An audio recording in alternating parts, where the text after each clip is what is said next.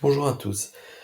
L'objectif de l'épisode aujourd'hui, c'est de réussir à partir des données qu'on a ici de l'interview, de les résumer grâce à OpenGPT, d'ajouter de la ponctuation, bref, de faire des traitements dessus, et automatiquement d'injecter ces données dans une page comme ici, où on a donc des hero titles, des textes et des CTA et une image pour chacune des sections qui nous intéressent. En fait, chacune des sections de l'interview qui est là. Bon, dans le cas de cet épisode, on va pas tout générer.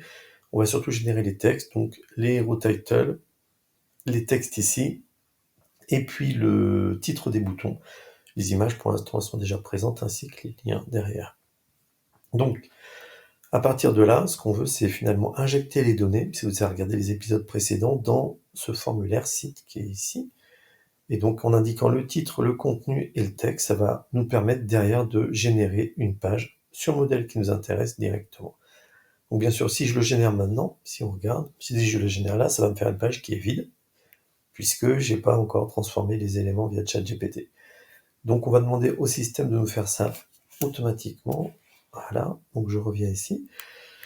On va directement sur la partie prompt.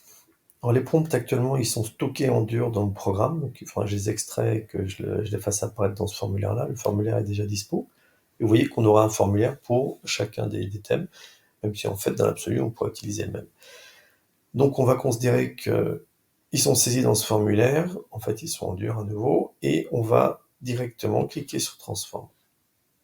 Donc voilà, là, le programme se met à tourner, donc en fait les données qui sont dans l'interview, donc qui sont ici, sont transmises à ChatGPT avec les prompts qui sont ici. Là j'ai un premier prompt, j'ai un pré-prompt qui s'appliquera avant le texte, et j'ai un post-prompt qui s'appliquera après. Alors, dans ce pré-prompt, qu'est-ce qu'on demande à ChatGPT? On demande à ChatGPT de se comporter comme un copywriter et donc de créer du contenu tout simplement. D'éviter d'être plutôt, utiliser un ton un peu journalistique pour interpeller un peu l'utilisateur et puis d'éviter d'utiliser les mêmes tournures de phrases. C'est vrai que c'est une erreur qu'il fait pas mal. Et puis le post-prompt, on lui demande ce qu'on veut. On lui dit, sur le texte qu'il faudra résumer, eh bien, tu vas ajouter des ponctuations et puis tu vas récupérer ces infos-là. Notamment le hero title pour la section, qui est le title ici, le résumé en 3 lignes pour la section, qui s'appellera texte, et le CTA court pour la section, qui est ici. En fait, il va nous fournir un format JSON, puisque comme vous le remarquez, on lui demande d'utiliser un format JSON valide.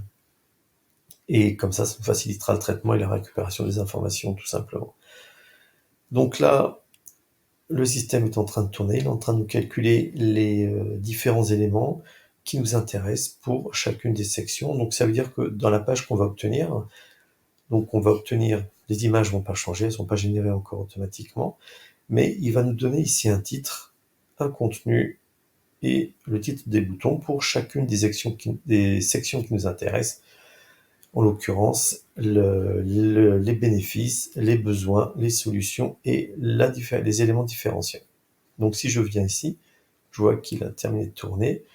Si je vais dans la partie site qui est là, je vois qu'il m'a rempli les éléments site que j'avais tout à l'heure complètement supprimés. Donc maintenant que j'ai ces éléments-là, ce que je vais faire, je vais générer la page correspondante. Donc je vais ici, je veux ce modèle de landing page et je vais faire générer. Et là, il me génère la page. Et donc vous voyez qu'on retrouve exactement, évidemment, la même mise en page que tout à l'heure, qui était là, je crois, voilà, donc qui était complètement vide, puisqu'il n'y avait aucun contenu, alors que là, maintenant, on voit qu'on a des contenus, des hero titles, des titres, enfin du texte et des titres de boutons, pour chacune des sections qui nous intéressent. Et en fait, ce résumé-là correspond à un résumé, tout simplement, de cette partie-là par ChatGPT. Et de la même façon, ce résumé-là correspond au résumé de cette section de l'interview. Et donc on voit qu'en fait, on a récupéré l'ensemble des informations qui nous intéressaient et que ça nous a permis de construire une page d'accueil. Donc là, il m'a récupéré que les 3 premiers contenus, dont les 4 premiers contenus, puisque je vais donner que 4...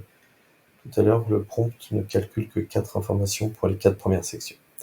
Donc ça fonctionne bien.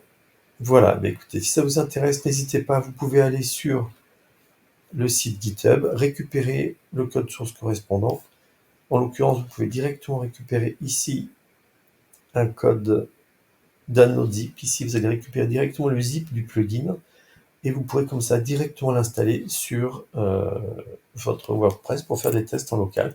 Évidemment, il vous faut une clé pour pouvoir utiliser ChatGPT, donc ça de votre côté, il faut en récupérer une et puis simplement la stocker là. Voilà, n'hésitez pas, j'espère que ça vous a intéressé. N'hésitez pas à revenir vers moi si vous avez des questions et via les commentaires à me les poser ou à me faire vos remarques et puis à me demander éventuellement ce que vous souhaitez développer peut-être en premier.